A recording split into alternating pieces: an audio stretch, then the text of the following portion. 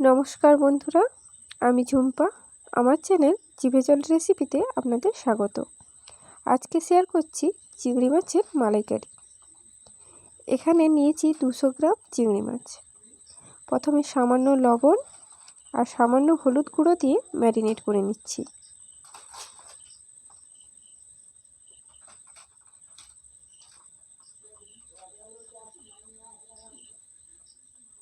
কড়াইতে দিয়ে দিলাম অল্প পরিমাণে সরষের তেল। তেলটা গরম হয়ে গেছে। এখন চিংড়ি মাছগুলোকে হালকা ভেজে তুলে নেব।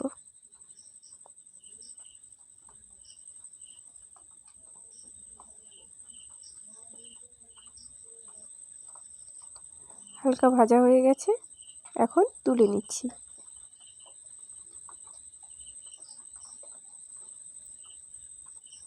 ওই তেলে আরেকটু তেল অ্যাড করে দিলাম কয়েকটা গোটা গরম মশলা। তারপর দিচ্ছি দুটো পেঁয়াজ বাটা। পেঁয়াজটা ভালো করে ভেজে নিচ্ছি।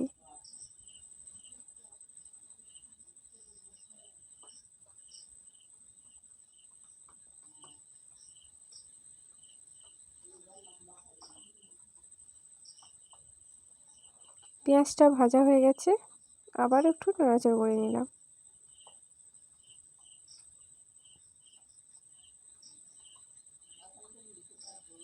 তারপর দিয়ে দিলাম একটা বড় সাইজের টমেটো কুচি আর 1 চামচ আদা বাটা।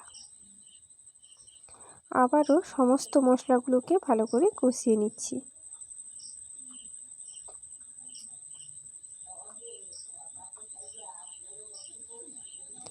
আদাটা ভাজা হয়ে গেছে, এখন দিয়ে দিলাম 1 চামচ হলুদ গুঁড়ো, 2 চামচ লঙ্কা গুঁড়ো,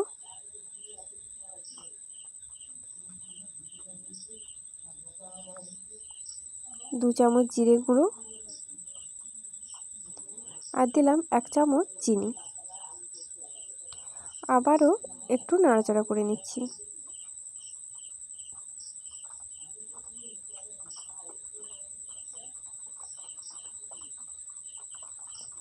অল্প জল দিলাম যাতে মশলাটা পুড়ে না যায়। আবারও একইভাবে নাড়াচাড়া করে নিলাম।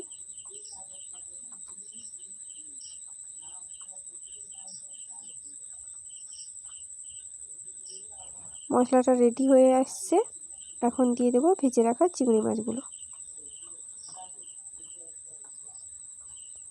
চিংড়ি মাছগুলো দিয়ে আবার একটু নাড়াচাড়া করে নিলাম। এখন দিয়ে দিলাম 1 বাটি নারকেলের দুধ। আর জল অ্যাড করব না, এই দুধটাতেই রান্নাটা হবে।